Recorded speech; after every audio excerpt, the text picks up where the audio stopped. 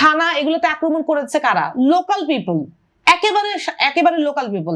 আমরা তো তখন রাজনীতিবিদ ছিলাম না।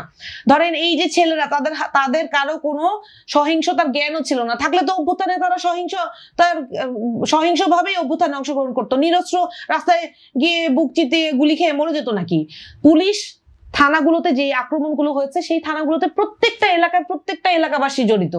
এখানে আপনি যদি ধরতে যান, আপনি তো সারা বাংলাদেশের 18 কোটি মানুষকে, আপনি ধরেন আওয়ামী লীগের সমর্থক যারা, তাদের বাদ দিয়ে বাকি সমস্ত মানুষকে আপনার পুলিশ হত্যা মামলা দিতে হবে।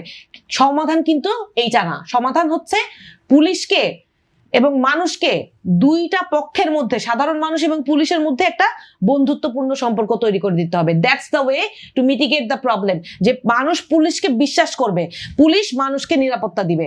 পুলিশ তো, এই যে পুলিশ বলছি, পুলিশ আমাদের ভাই না? পুলিশ মানুষ না?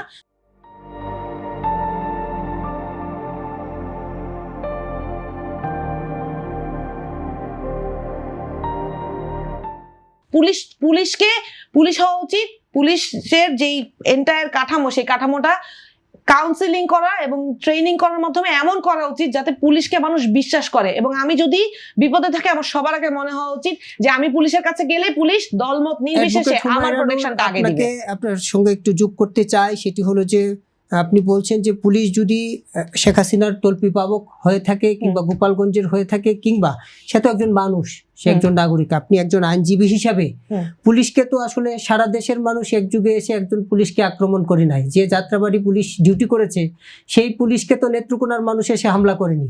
এই লোকাল যারা ছিল তারাই নিশ্চয়ই হামলা করেছে। এবং ভিডিও ফুটেজ, অনেক ছবি, কারা হত্যা করে ঝুলিয়ে রেখেছে পুলিশের লাশ, সেটিও কিন্তু একেবারেই অনেক ক্ষেত্রে স্পষ্ট। সে জায়গায় দাঁড়িয়ে যদি কাউকে চিহ্নিত করা যায় যে অমুক ব্যক্তি কিংবা অমুক ব্যক্তিরা কিংবা অমুক গং এই পুলিশকে পিটিয়ে হত্যা করছে, সে জায়গায় আপনি আইনজীবী হিসাবে চান কিনা যে এই বিচারটি হোক? আমি আপনাকে তো স্পষ্ট করলাম যে এই পুলিশের এই অসুস্থ উন্মাদনা ছিল যে গুলি করলে হাতে রক্ত এসে লাগবে, গরম রক্তটা, তাতে করে তার মানসিক শান্তি হবে। যেই পুলিশ এই অসুস্থ উন্মাদনায় নেমেছিল রাস্তায়, সেই পুলিশগুলোকে তো সাধারণ মানুষ দেখেছে যে তারা আইন ভঙ্গ করে। সংবিধানে বলা আছে যে কেউ যদি কোথাও রায়ট করে, এটা তো রায়ট ছিল না, এটা ন্যায্য অধিকারের আদায়ের দাবিতে আন্দোলন ছিল।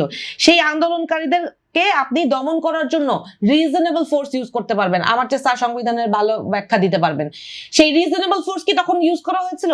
আপনি যেই থানার, ওই যে বললেন না যে যাত্রাবাড়ি থানা তো নেত্রকোনা থেকে আসে না, তাহলে যাত্রাবাড়ি থানার যেই পুলিশ কর্মকর্তা, সে কোন জায়গায় যে এই অসুস্থ ভাবে নির্বিচারে গুলি করে মানুষকে হত্যা করেছে, তার তো সেই বিচারটাও হইতে হবে। যে হত্যা করেছে তার বিচার হইতে হবে না?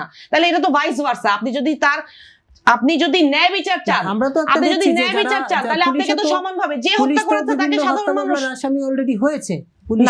ঢালাওভাবে যদি সব পুলিশকে হত্যা মামলার আসামি করতো, বাংলাদেশে পুলিশ আর থাকতো না।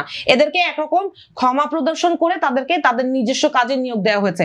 ওই সময় সবাই পুলিশের উপর ক্ষিপ্ত ছিল, ভয়াবহভাবে ক্ষিপ্ত ছিল, কিন্তু তাদেরকে কিন্তু চাকরিচ্যুতও করা হয় নাই। তাদেরকে শুধুমাত্র রদবদল এই এলাকার থানা, সেটির যথেষ্ট বৈধতা রয়েছে। ভাই, প্রত্যেকটা থানার ওসির দায়িত্ব সবচেয়ে বেশি। ধরেন তার নিচে যারা কাজ করছে তারা তো ওসির নির্দেশনায় কাজ করেছে। এই ওসিদের কি আপনি বাতিল করাচ্ছেন? তাদেরকে রমনা থানার ওসিকে নিয়ে গেছে নেত্রকোনার ওসি নিয়ে গেছে যাত্রাবাড়িতে। ধরেন এইভাবেই হয়েছে, কিন্তু তাদের কি চাকরি গেছে? তাদের কি বিচার হয়েছে? কোনো বিচার হয় নাই। বাংলাদেশের সাধারণ মানুষ, আপনি যদি বিচারের আয়োজন করেন, সাধারণ মানুষকে যাই জিজ্ঞেস করেন যে এই এলাকায় থানায় সহিংসতা হয়েছে, সেখানে সেই এলাকার মানুষই অংশগ্রহণ করেছে।